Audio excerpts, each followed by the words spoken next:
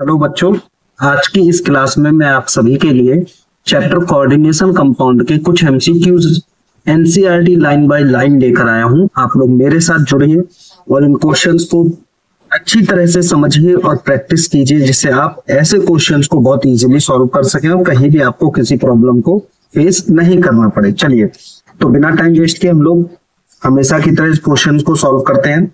Which one of the following coordination compound is heteroleptic? तो हमारे पास सामने क्वेश्चन आया हेट्रोलेप्टिक कॉम्प्लेक्स कौन सा है। तो बताइए मुझे हेट्रोलेप्टिक कॉम्प्लेक्स किसे कहते हैं। हेट्रोलेप्टिक कॉम्प्लेक्स उसे कहते हैं जिसमें हमारे मोर देन वन टाइप के, एक से ज्यादा टाइप के क्या atom, group of atoms attached होते हैं, जिन्हें हम लोग लिगेंड्स कह देते हैं, है ना, वो जुड़े हुए थे। तो हमें आइडेंटिफाई करना है किस में जुड़े हुए। देखिए यहाँ पर 6 NH3 है, नो। यहाँ पर 4 क्लोरीन है, नो। यहाँ पर 4 CN है, नो। तो आपको यहाँ पर 6 लिगेंड दिख रहे हैं, 4 तो NH3 और 2 क्लोरीन। टोटल कितने लिगेंड्स हैं यहाँ पर? 6। बट इसमें कितने हैं? 4 NH3 और 2 क्लोरीन। तो हमारा करेक्ट आंसर हो गया बी। चलिए, फर्स्ट क्वेश्चन हमारा डन हुआ इस तरह से। Second question, the crystal field stabilisation energy CFSC for COCl64 negative is 18,000। बेटा मिसप्रिंट था इसलिए मैंने करेक्शन कर दिया है, 18,000 था।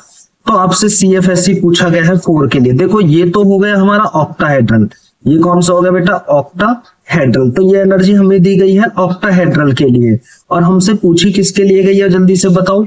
टेट्राहेड्रल के लिए पूछी गई है।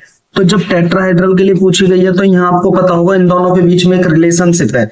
वो रिलेशनशिप आपको याद होना चाहिए। फॉर्मूला पढ़ा होगा आपने, एनसीईआरटी जब पढ़ी होगी जो आपने, ठीक है। तो ये फॉर्मूला क्या है? Delta T equal 4/9 into delta O। ये हमारा फॉर्मूला है। अब डेल्टा O की वैल्यू कितनी है यहाँ पर पुट कर दीजिए। डेल्टा O की वैल्यू है 18,000। कितनी है बेटा? 18,000। जब आप इसे सॉल्व करोगे 9 2 जा 18, तो 4 2 जा 8। आंसर हमारा करेक्ट कितना आएगा? 8,000 सेंटीमीटर इनवर्स। क्या आंसर आएगा हमारा? 8,000 सेंटीमीटर इनवर्स। तो इस तरह से आपको समझ में आ गया होगा। 2 क्वेश्चन हमने किए हैं, ठीक है। आगे चलते हैं हम लोग नेक्स्ट क्वेश्चन पर। नेक्स्ट क्वेश्चन हमारा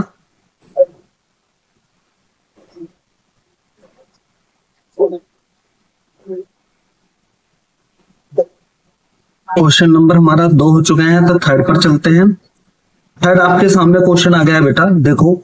मैच द कॉलम 1 and 2। एक कॉलम हमें ये दिया गया है, एक कॉलम ये दिया गया है, हमें इन दोनों को मैच करना है। अब जरा इसमें आप ध्यान से देखो, ये मैचिंग है किस चीज के लिए? ये मैचिंग है IUPAC नेम के लिए। किसके लिए है ये? IUPAC name. तो यहाँ पर भी कोबाल्ट है, कोबाल्ट है, कोबाल्ट है, कोबाल्ट है, सभी जगह कोबाल्ट है, ठीक है। यहाँ एमाइन लिगेंड से पहचान लो, ये कौन सा लिगेंड है? EN, ethane diamine. कौन सा लिगेंड है? EN, इथेन, इथाइलिन डाइएमाइन बोलते हैं ना, इसमें ये लिगेंड हो गया हमारा। तो ये जो लिगेंड हमारा है इथाइलिन डाइएमाइन, इससे पहचानो कि हमारा कौन सा ऑप्शन सही हो सकता है। चलो, तो कौन सा ऑप्शन सही हो सकता है? किसमें है? इथेन 1,2 डाइएमाइन, ये लिखा हो यार, ये तो यहाँ भी लिखा है, यहाँ भी लिखा है। तो 3 में इसने हमें गड़बड़ कर दी है। ऐसा किसी और में भी है? अरे नहीं, यहाँ भी तो है इथाइलिन, इथेन 1,2 डाइएमाइन, यहाँ भी है इथेन 1,2 डाइएमाइन। तो जल्दी से पहचानो सल्फेट किसमें है। अरे मिल गया, सल्फेट किसमें लिखा हुआ है? यहाँ पर। तो P किससे जाकर के मिलेगा? P हमारा सेकंड से मिलेगा। ऐसा कोई ऑप्शन है P जिसमें सेकंड से लग रहा हो? Yes, option C। Option C हमारा करेक्ट हो गया, ठीक है। नेक्स्ट क्वेश्चन नंबर पर आ जाइए। Question number 4। चलिए क्वेश्चन नंबर 4 पढ़ते हैं।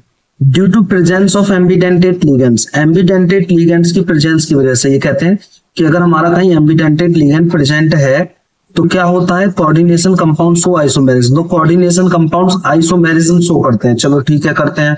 पैलेडियम कंपाउंड, पैलेडियम कॉम्प्लेक्स क्या करते हैं? Of the type C6H52, SCN2, PD6H5 NCH2। बताओ, उसने पूछा है कि यहाँ कौन से टाइप की आइसोमेरिज्म है। अब देखो जरा ध्यान से देखो, आइसोमेरिज्म में यहाँ पर 2 लिगेंड है, एक लिगेंड दे रहा है, एक लिगेंड दे रहा है। यहाँ पर भी वही लिगेंड्स हैं, ठीक है। SCN जो लिगेंड है वो यहाँ किस तरह से लिखा गया है? NCS। ये कौन से लिगेंड है मुझे बताओ? कौन से हैं? Ambidentate ligand. कौन से लिगेंड है?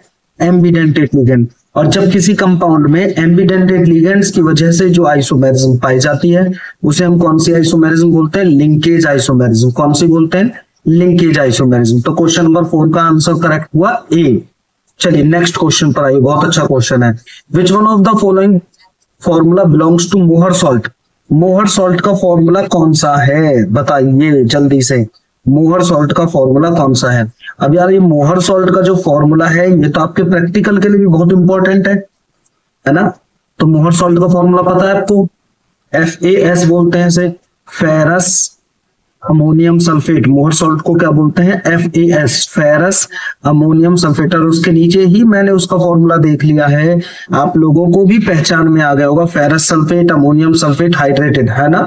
तो फॉर्मूला हमारा है FAS का ऑप्शन बी। इसे मोहर सॉल्ट भी कहते हैं। इसको आप लोग प्रैक्टिकल में भी यूज करते हो टाइट्रेशन के लिए, वॉल्यूमेट्रिक एनालिसिस के लिए। चलिए next question number 6। Question number 6 क्या कहता है भाई? Match the following column 1 and 2। ये सभी एनसीईआरटी के क्वेश्चन है, एनसीईआरटी के लाइन टू लाइन है बेटा, बहुत ध्यान से समझना। कहीं कोई डाउट हो तो आप क्वेश्चन कर सकते हैं मुझसे। चलो match the column 1 and 2। Column 1 और 2 को मैच करना है। थोड़ा सा मैं स्क्रॉल डाउन कर देता हूं। अच्छा, इसमें हाइब्रिडाइजेशन दिया है और ज्योमेट्री दिया है। Hybridisation sp3 dsp2 sp3d sp3d2, इनको मैच करना है। अच्छा बेटा, sp3 की ज्योमेट्री क्या होती है जल्दी से बताओ? sp3 की ज्योमेट्री कौन सी होती है? टेट्राहेड्रल। sp3 की ज्योमेट्री कौन सी है? टेट्राहेड्रल। तो ये तो सामने ही जाकर के भिड़ गया, है ना? अच्छा अब आ जाओ sp3d2। ये तो बहुत इंपॉर्टेंट है ना, क्योंकि sp3d2 आपको याद होगा। sp3d2 की कौन सी होती है? sp3d2 की होती है, जल्दी बताओ कौन सी? sp3d2 की ऑक्टाहेड्रल। ऑक्टाहेड्रल होती है ना जब कोऑर्डिनेशन नंबर 6 होता है। चलो अब आ जाओ dsp2। dsp2 की क्या होगी? dsp2 की जाएगी हमारी कौन सी? Square planar. और sp3d की कौन सी होगी? Trigonal bipyramidal. ठीक है, तो ऑप्शन कौन सा करेक्ट होगा हमारा? ए। ये तो सीधा का सीधा आंसर हमें मिल गया यार, कितना आसान है। चलो next question number 7। Question number 7 कहता है कि मैंने आपको एक कंपाउंड दिया है। चलो ये रहा एक कंपाउंड, ठीक है। The compound given compound is, ये कौन सा है? अच्छा, हेक्साडेंटेट है, पेंटाडेंटेट है, टेट्राडेंटेट है या डाइडेंटेट? अच्छा डेंटेट क्या होता है बेटा? डेंटेट का मतलब पता है आपको? डेंटेट का मतलब है कि कितनी बाइंडिंग साइट्स हैं या डोनर साइट्स कितनी है उसके पास। अब हेक्सा है तो इसमें 6 साइड से जुड़ा होगा, पेंटा है तो 5 साइड से जुड़ा होगा, टेट्रा 4 साइड से जुड़ा होगा, और बाइडेंटेट या डाइडेंटेट 2 साइड से जुड़ा होगा। तो हेक्साडेंटेट लिगेंड जो होगा वो 6 साइड से जुड़ा है। तो अब इसमें जरा एक बार आप पहचान सकने की कोशिश करो, मैं तो बता ही दूंगा, आप लोग पहचानो ना इसमें कि इसमें कौन सी साइड से जुड़ा हुआ है, कितनी साइड से जुड़ा हुआ है? 6 साइड से जुड़ा होगा, है ना? और ये लिगेंड भी कौन सा है आपको पता है? EDTA। कौन सा लिगेंड है ये? EDTA4-। देखो एक साइड इसकी ये हो गई, एक नेगेटिव आयन ये हो गया, एक नेगेटिव आयन ये रहा, एक ये रहा, 4 तो ये हो गई, और एक नाइट्रोजन ये रहा 5 नंबर और 6 नंबर। तो option A is correct, hexadentate ligand. चलिए बेटा ठीक है, समझ में आ गया आपको। Next number 8। What is the oxidation state of compound tetracarbonyl nickel? Tetracarbonyl nickel की ऑक्सीडेशन स्टेट कौन सी होती है भाई यार? पहले तो इसका फॉर्मूला बना के आपको आइडिया दे देता हूं मैं। टेट्राकार्बोनिल निकिल का फॉर्मूला बनाओ। Ni nickel central metal ion हो गया, कार्बोनिल हो गया CO, ठीक है, टेट्रा है 4। ठीक है, अब बताओ इसका क्या निकल कर आएगा? इसका क्या निकल कर आएगा जल्दी बताओ? इसका आएगा ऑक्सीडेशन स्टेट 0। कितना होगा? 0। ठीक है, नेक्स्ट क्वेश्चन पर आओ। विच of the metal carbonyl have metal metal bond? अच्छा, मेटल मेटल बॉन्ड किस में पाया जाता है यार? ये पूछा है कि metal metal M metal bond किस में पाया जाता है? तो सोचकर बताओ M मेटल बॉन्ड किस किस में पाया जाएगा? जल्दी बताओ, मेटल मेटल बॉन्ड किस में पाया जाएगा इसमें से? यहां तो एक ही मेटल है Fe, यहां पर एक मेटल है Cr, यहाँ Ni एक मेटल है, और Mn सेंट्रल मेटल एटम कितने हैं यहाँ? 2। तो ऑप्शन कौन सा करेक्ट होगा? डी। कौन सा ऑप्शन करेक्ट होगा? डी। ठीक है। Next number 10 question, some statements are given below regarding coordination compounds. Coordination compound के बारे में कुछ स्टेटमेंट्स यहाँ लिखे हुए हैं। सेलेक्ट द करेक्ट स्टेटमेंट, आपको करेक्ट स्टेटमेंट को सेलेक्ट करना है। ठीक है, तो क्या स्टेटमेंट लिखा है यार? ये स्टेटमेंट है हमारा पहला वाला, MnCl6 has outer orbital complex. इसके पास कैसा कॉम्प्लेक्स है? और आउटर ऑर्बिटल कॉम्प्लेक्स है। ठीक है, चलो इसने दूसरे में लिखा कि ये कंपाउंड जो है ये sp3d2 हाइब्रिडाइज्ड है। चलो इस वाले में क्या लिखा है इसने? ये पैरामैग्नेटिक नेचर का है। अब इसने पूछा है कि कौन सा करेक्ट है, इन तीनों बातों में से कौन सी बात सही है, ये आपसे पूछा गया है। देखो अगर हम तीनों की बात करें तो ये सभी आउटर ऑर्बिटल निकलेंगे। जब आप वीवीटी से एक्सप्लेनेशन में जाओगे, इसकी आपने करा भी होगा अपने प्रैक्टिस में, तो वीवीटी से जब आप जाते हो तो इन तीनों के अंदर sp3d2 हाइब्रिडाइजेशन पाया जाएगा। कौन सा पाया जाएगा? sp3d2। यानी कि ये कंपाउंड कैसे हो गए? ये सभी आउटर ऑर्बिटल हो गई। कौन से हो गए? Outer orbital complex. अब आउटर ऑर्बिटल कॉम्प्लेक्स का मतलब ये भी सही है, और आउटर ऑर्बिटल होने का मतलब है ये वाला भी पॉइंट सही है। ठीक है, अब बताओ फिर कौन सा थर्ड वाले पर चलते हैं। अगर हम इनकी कैलकुलेशन करें तो आप लोग जब इसको देखोगे वीवीटी के अकॉर्डिंग, अपनी रफ कॉपी में सॉल्व करोगे, तो आपको पता लगेगा कि इस फर्स्ट वाले में भी कुछ अनपेयर्ड इलेक्ट्रॉन है, इसमें भी अनपेयर्ड इलेक्ट्रॉन है, इसमें भी है। इसमें जब अनपेयर्ड इलेक्ट्रॉन निकलते हैं तो यहाँ 4 अनपेयर्ड इलेक्ट्रॉन आते हैं, यहाँ पर आपको 5 अनपेयर्ड इलेक्ट्रॉन मिलते हैं, और फिर से यहाँ पर 4 अनपेयर्ड मिलते हैं। तो भाई इससे क्या समझ में आया आपको कि करेक्ट स्टेटमेंट क्या है? ए, क्योंकि अनपेयर्ड इलेक्ट्रॉन्स का पाए जाने का मतलब है उत्तर प्रदेश, यानी कि अनपेयर्ड इलेक्ट्रॉन मतलब पैरामैग्नेटिक। ठीक है, चलो नेक्स्ट क्वेश्चन नंबर 11, जल्दी से रीड करो। Next question number 11,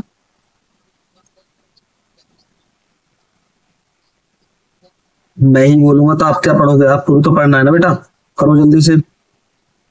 Which of the following compounds for linkage isomerism? अरे यार लिंकेज आइसोमेरिज्म किस में पाई जाती है? जल्दी से याद करो पहले तो।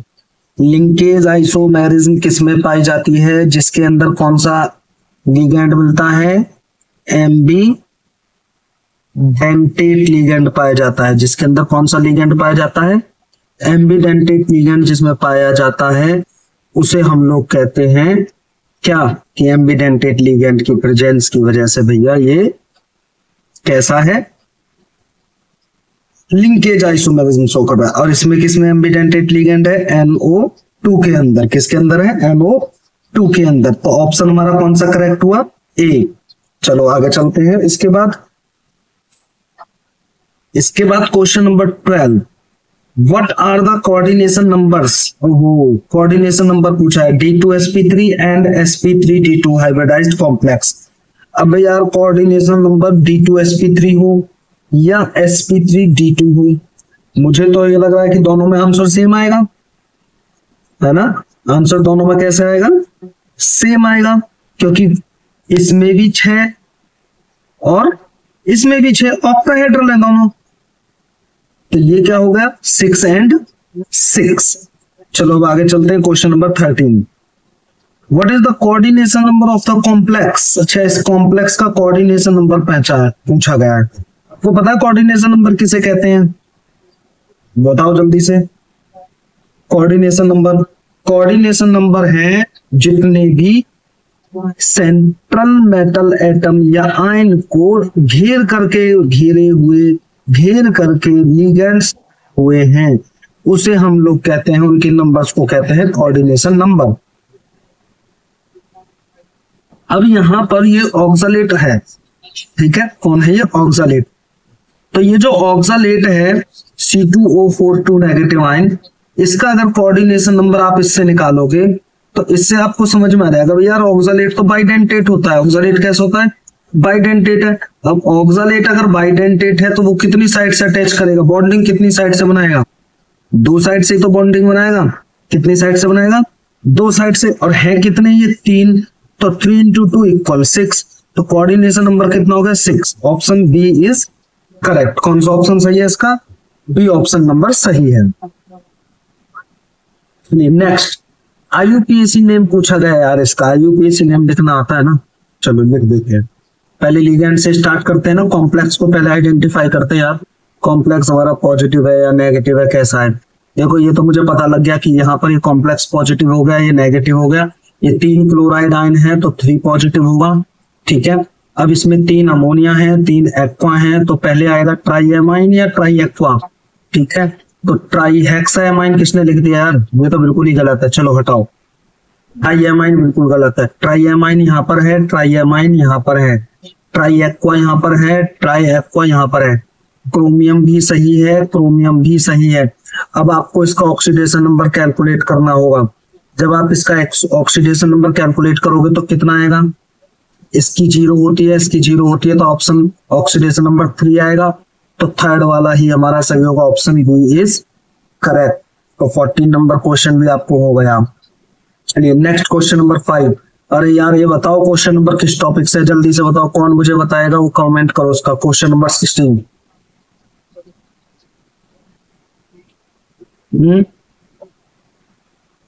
एनसीईआरटी के कौन से क्वेश्चन टॉपिक से है। ये वार्नर्स थ्योरी से है। कौन से टॉपिक से है बेटा, वार्नर्स थ्योरी, ठीक है। कौन सा टॉपिक, वार्नर्स थ्योरी से है। याद है उसमें उसने प्रेसिपिटेट्स बनाए थे और तब बताया था प्राइमरी वैलेंसी और सेकेंडरी वैलेंसी। अब इसने कहा है कि 1 मोल AgCl के कितने प्रेसिपिटेट बनाएगा when it's treated with excess silver nitrate solution। जब हम excess silver nitrate solution ले लेंगे, भाई कितने बनाएगा यार, एक बार जरा ध्यान से देखो कितने बना लेगा। इस कंपाउंड को देखो तो तुमने लिया कौन सा है,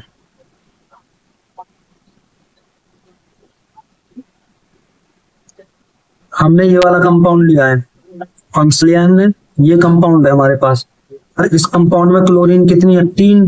तो एक्सेस में कितने प्रेसिपिटेट बना देगा, 3 ही तो बनाएगा, 3 से ज्यादा तो बनाएगा नहीं। तो ऑप्शन कौन सा सही हुआ इसका, कौन सा ऑप्शन सही हुआ इसका, ए। भाई मैक्सिमम कितने बना देगा, जितने क्लोरीन है उतने ही तो उसकी आयनाइजेबल वैलेंसी हुई ना मैक्सिमम, ठीक है। भाई आप याद है ना, वार्नर थ्योरी ने 2 तरह की वैलेंसी बताई थी, प्राइमरी वैलेंसी और सेकेंडरी वैलेंसी। तो प्राइमरी वैलेंसी की तो बात चल रही है कि जो आयनाइजेबल है, तो कितने आयनाइज हो जाएंगे, 3, क्योंकि maximum he number of chlorine 3 है। तो ऑप्शन ए सही था इसका। क्वेश्चन नंबर 16, क्वेश्चन नंबर 16 में कहते हैं match the metal ions. Metal ions को मैच करो, कॉमन कॉलम 1 और 2, ठीक है। चलो ये क्या दिया गया यार, ये मैग्नेटिक मूवमेंट दे दिया इन्होंने, दे दिया बच्चों मैग्नेटिक मूवमेंट, ठीक है। मैग्नेटिक मूवमेंट की यूनिट पता है ना, बीएम से लिखी जाती है, बोर मैग्नेटन। चलो तो क्या आधा नंबर जरूर मिल जाता है, तो बोर्ड में तो आधा, कॉम्पिटिशन में कुछ भी हो सकता है जहां आप। चलो अब इसमें, अब इसने क्या पूछा है, अच्छा अनपेयर्ड इलेक्ट्रॉन से कैलकुलेट करना पड़ेगा। तो देखो इसके अंदर, सभी के अंदर मैं अनपेयर्ड इलेक्ट्रॉन दे रहा हूं आपको हिंट। इसके अंदर नंबर ऑफ अनपेयर्ड इलेक्ट्रॉन होते हैं 4, इसके अंदर नंबर ऑफ अनपेयर्ड इलेक्ट्रॉन है 3, Fe3+ आयन, n की वैल्यू हो गई 5। ये याद कर लो, क्या कर लो, याद कर लो।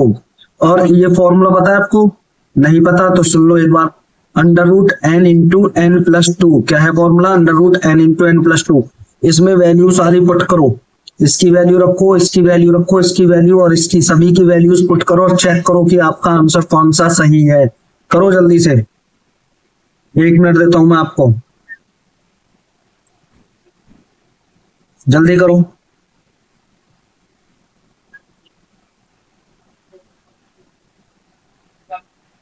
कौन सा ऑप्शन सही आ रहा है,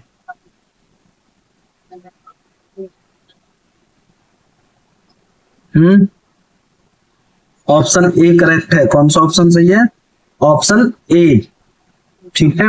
एक बार आप चेक करना इसको जरूर, ऑप्शन ए सही है।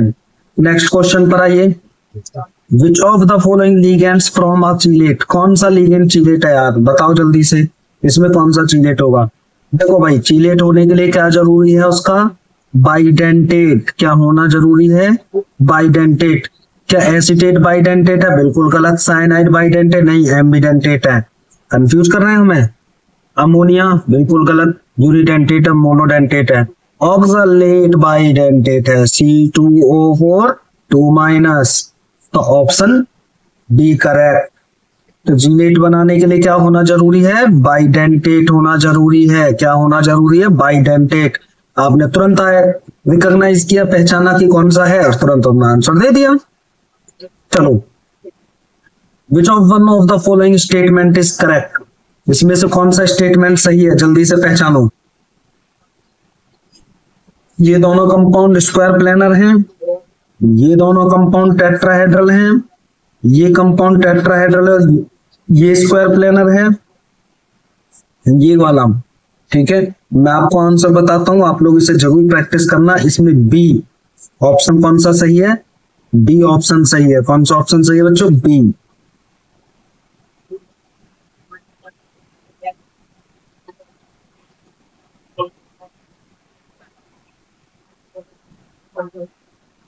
चलो नेक्स्ट चलते हैं, question number 19। Which of the following ligand is also considered as ambidentate ligand? बताओ ambidentate ligand कौन सा इनमें से? ये ambidentate है? नो। Oxalate ammonia? नो। अभी लास्ट सेकंड लास्ट क्वेश्चन ऐसे हुआ है। Nitro NO2, NO2 ambidentate ligand है ना बच्चों? यस, ये no. Select the incorrect statement. Incorrect statement को सिलेक्ट कीजिए।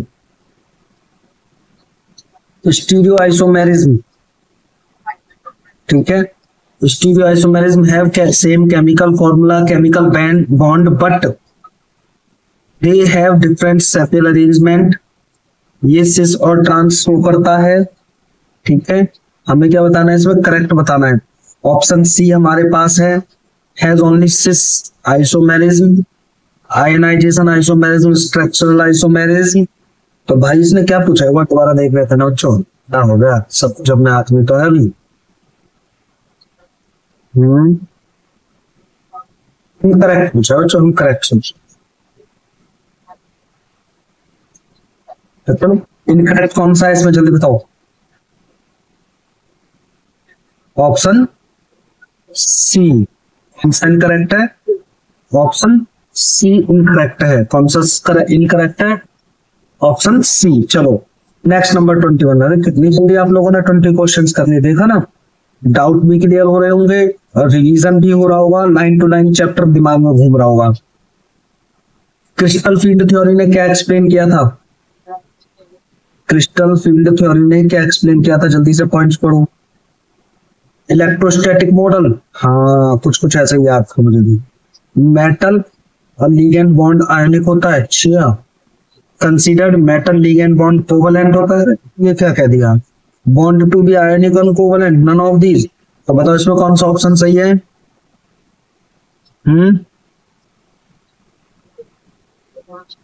इसमें कौन सा ऑप्शन सही है? Option A. कौन सा सही है? ऑप्शन ए सही है। कौन सा सही बेटा? ऑप्शन ए 21 का। चलो आगे चलते हैं। Next question 22। The correct IUPAC name, अच्छा इसका IUPAC नेम निकालना है। डाइएमाइन है, डाइक्लोराइडो है, प्लेटिनम भी है। अब फिर क्या दिक्कत है? ऑक्सीडेशन नंबर देख लो इसका।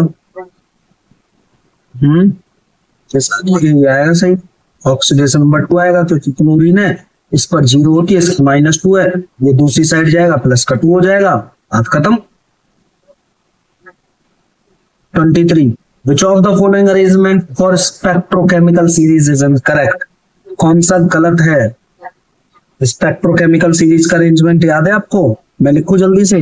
I negative, Br negative, HCN, chlorine, H2 negative, फिर F नेगेटिव, फिर OH नेगेटिव, फिर उसके बाद C2O4 2 नेगेटिव, फिर H2O, फिर उसके बाद NCS, फिर उसके बाद आया था हमारा EDTA, देन NH3।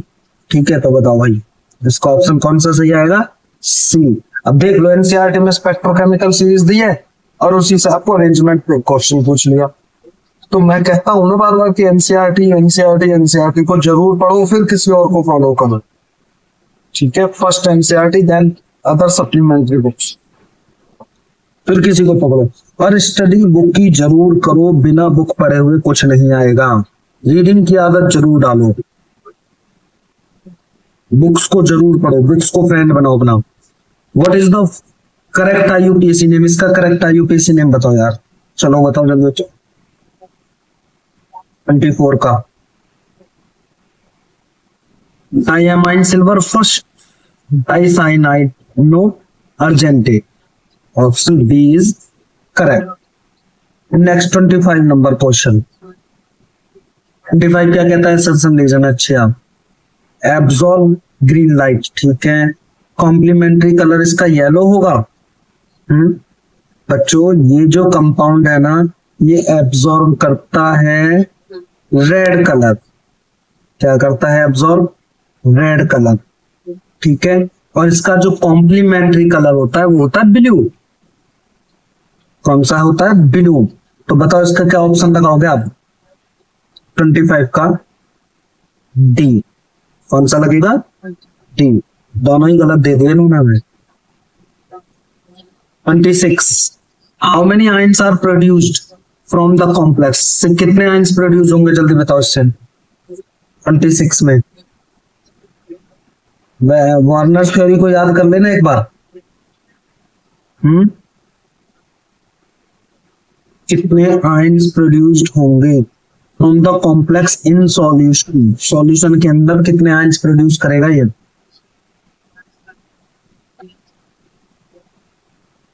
जल्दी बताओ।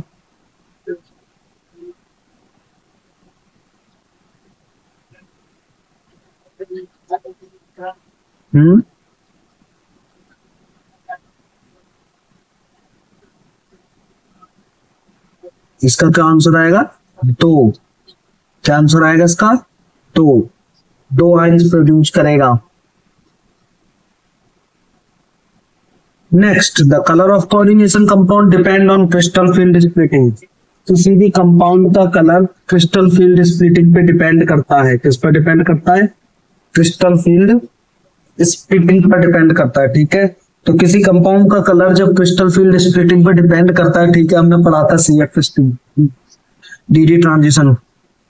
What will be the correct order of absorption of wavelength? तो correct order of absorption wavelength का क्या होगा इसमें? इसमें आपको लिगेंड्स पहचानने पड़ेंगे ना बेटा।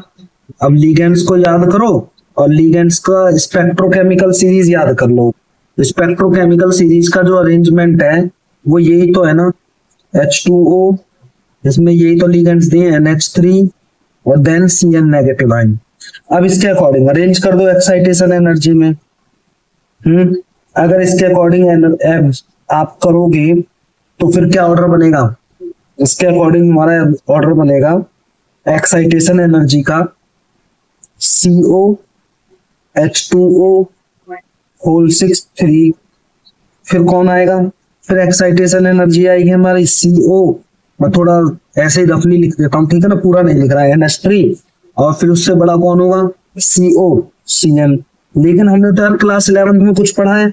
क्या पढ़ा है? कि एनर्जी जो होती है वो इनवर्सली प्रोपोर्शनल होती है वेवलेंथ के लैम्डा के, पढ़ा है ना। तो फिर हमें क्या करना पड़ेगा? फिर हमें ये सारा ऑर्डर उल्टा करना पड़ेगा। क्या करना पड़ेगा? फिर हमें उल्टा करना पड़ेगा। तो फिर आप तुरंत इसका सही आंसर क्या दे दोगे बच्चों, जल्दी बताओ।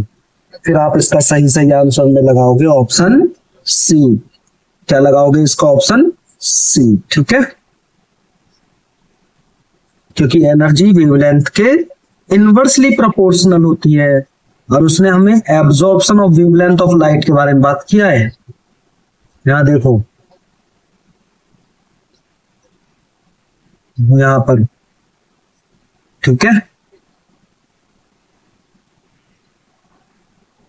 Which of the following will not show geometrical isomerism? इनमें से ज्योमेट्रिकल आइसोमेरिज्म कौन शो नहीं करेगा?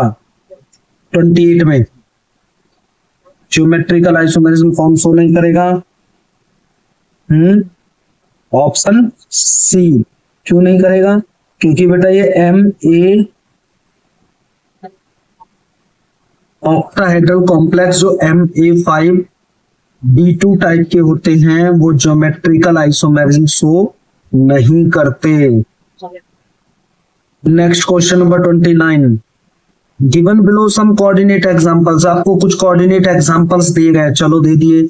आइडेंटिफाई इनकरेक्ट कॉम्प्लेक्स, अच्छा नेमिंग को पहचान के इनकरेक्ट करना है, तो बताओ इनमें से कैसे कर दोगे आप, एक आपके लिए छोड़ दूं ये 29, चलो 29 आपका होमवर्क हो गया है ना, HW लिखते ना मुझे तो छोड़ देते हैं।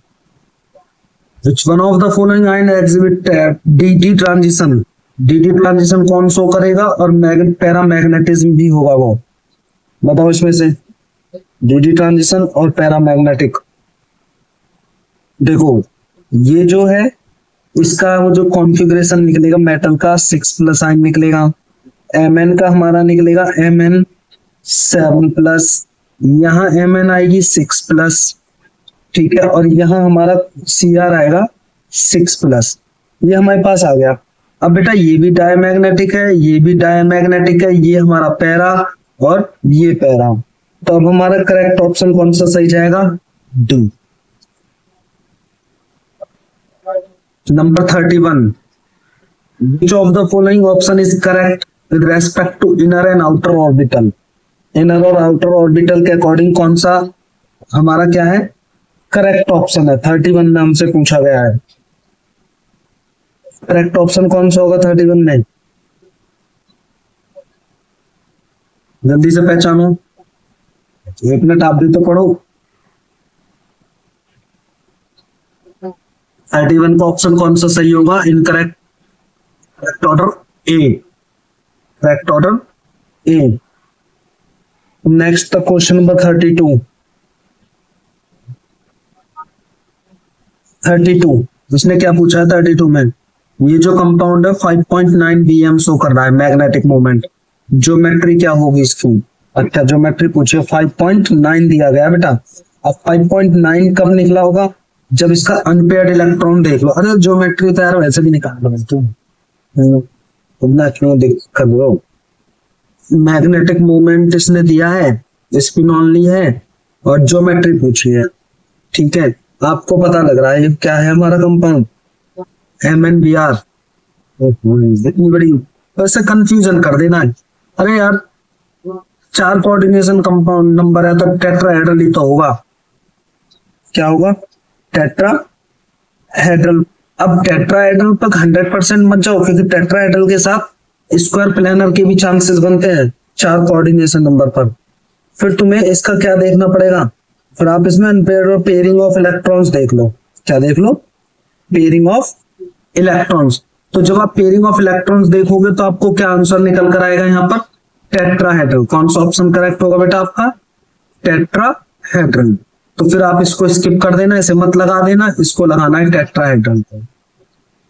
नंबर चलो 33, जल्दी स्टार्ट करो 33। Which isomer of molecule show optical activity, इनमें से कौन सा ऑप्टिकल एक्टिविटी शो करता है 33 में,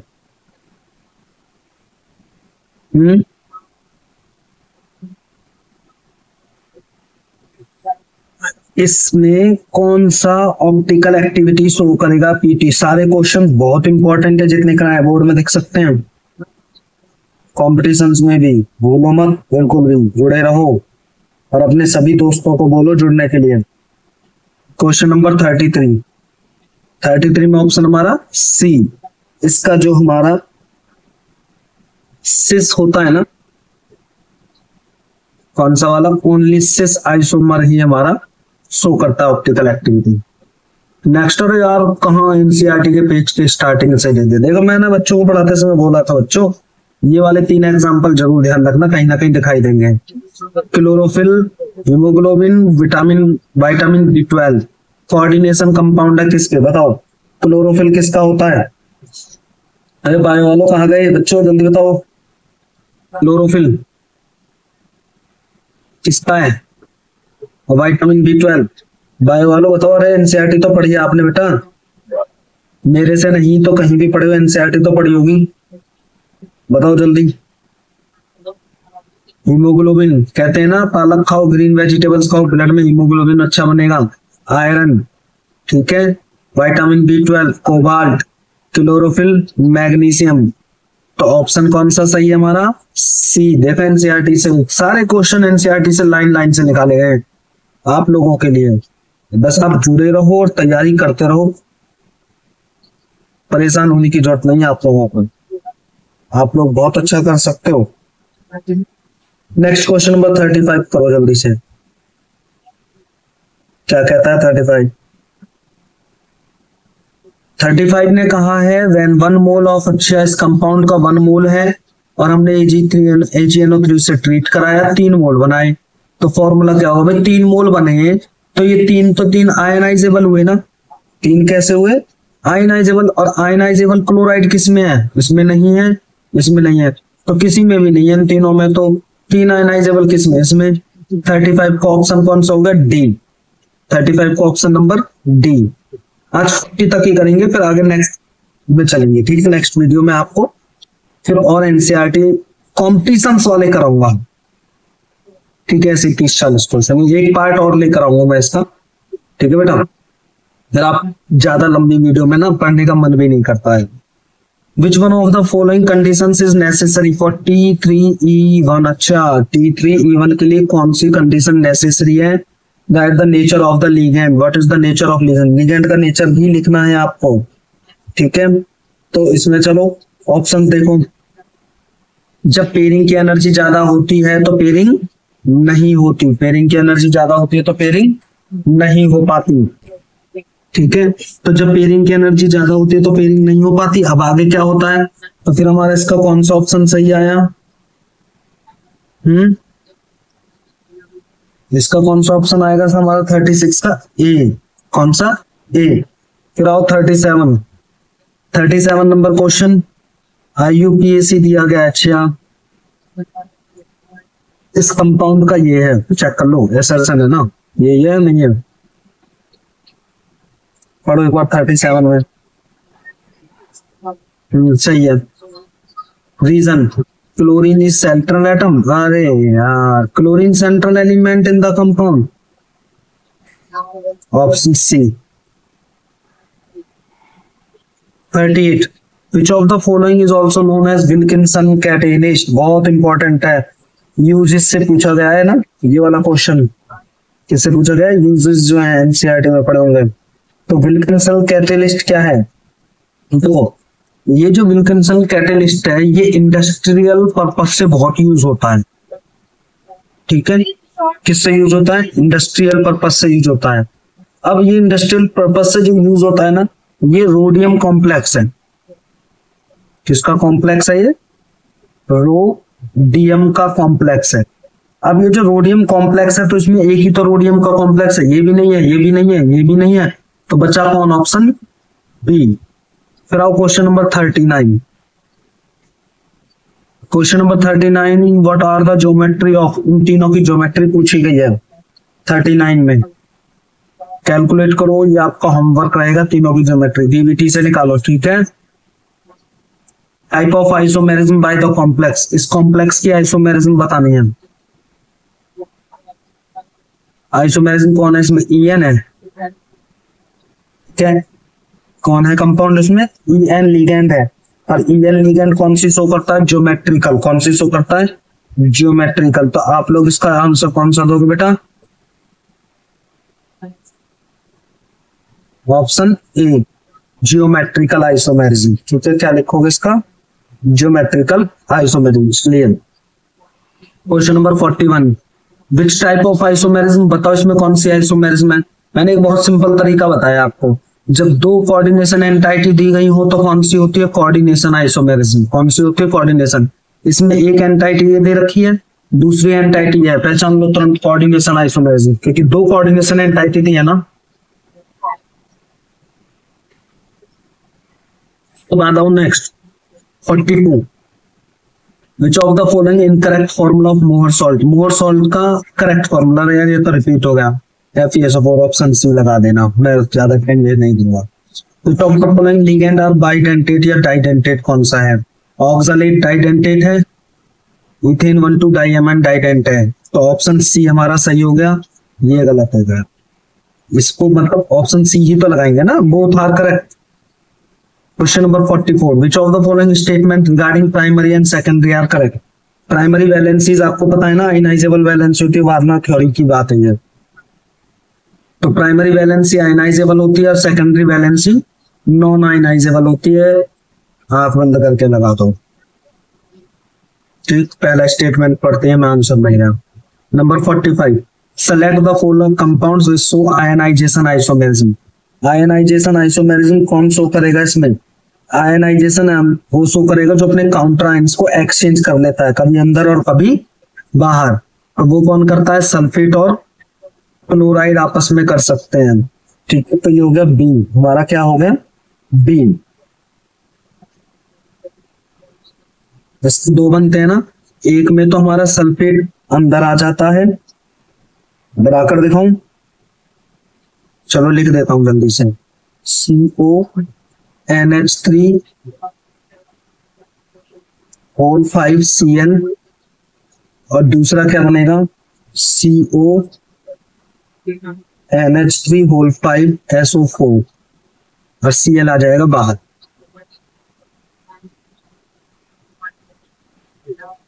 हेक्साएमाइन nickel second, hexa nitro cobaltate second. अरे यार कैसे बताओ, फिर से वही है ना टॉपिक, तो वही बात है बेटा, पढ़ते हैं ना तो चीजें ऐसा लगती है कि बार बार वही रिपीट हो रही है। इनको हम कैसे लिख सकते हैं? इनका फॉर्मूला ही तो पूछा है सीधा सीधा। Option B, option B. Cross multiply होती है ना, क्रॉस 9th वाली बात आ जाओ। 7, out of the following two coordination entities which are created. Optical active कौन है? क्रिएल कौन है इन दोनों में से? यानी कि ऑप्टिकली एक्टिव कौन है? सिस। कौन है? सिस। Option A. चलो आज के हमारे क्वेश्चन लास्ट चल रहे हैं। फॉलोइंग है longest CO bond length. Longest CO bond length किसमें होती है? ऑप्शन ओ। ऐसा क्यों? क्योंकि देखो जो मेटल है, ठीक है, मेटल एटम जो है, जब उस पर मैक्सिमम नेगेटिव चार्ज हो, कैसा हो? मैक्सिमम नेगेटिव चार्ज हो, तो उसमें सिनर्जिक बॉन्डिंग भी ज्यादा होती है। कौन सी? Synergic bonding. मैं यहां लिख रहा हूं ताकि आपको याद रहे। सिनर्जिक बॉन्डिंग भी वो मैक्सिमम शो करता है, जिसकी वजह से उसकी बॉन्ड लेंथ भी ज्यादा हो जाती है। याद रखना, बॉन्ड लेंथ मैक्सिमम। 49 ना जाओ। What are the primary valency? इन तीनों की प्राइमरी वैलेंसी क्या है? इसकी कितनी है primary valency? 3 chlorine, 2 chlorine, 2 chlorine. Option D. Next आ जाओ, 50 आज का last question. Select the correct statement. Secondary valency ionizable. अरे यार गलत बच्चों, बिल्कुल गलत है। प्राइमरी वैलेंसी आयनाइजेबल, बिल्कुल ठीक। Primary secondary both are non ionisable, बिल्कुल गलत, काट दो ये भी गलत। तो ऑप्शन बी। ठीक है बच्चों, आज आप लोगों ने मेरे साथ जुड़ करके 50 क्वेश्चंस को सॉल्व किया है। एनसीईआरटी से लाइन टू लाइन उठाए गए क्वेश्चन है। आगे की आने वाली वीडियो में मैं आपको फिर से ऐसे और क्वेश्चंस तैयार कराऊंगा। आई होप मैं इसकी चैप्टर के लिए एक और वीडियो लेकर आऊं। ठीक है, तो आप मेरे साथ जुड़े रहिए। अगर ये वीडियो, ये टॉपिक आपको क्लियर हुए हैं तो आप अपने फ्रेंड्स को ये फॉरवर्ड कीजिए और चैनल को सब्सक्राइब कर। बाय बच्चों, ऑल द बेस्ट।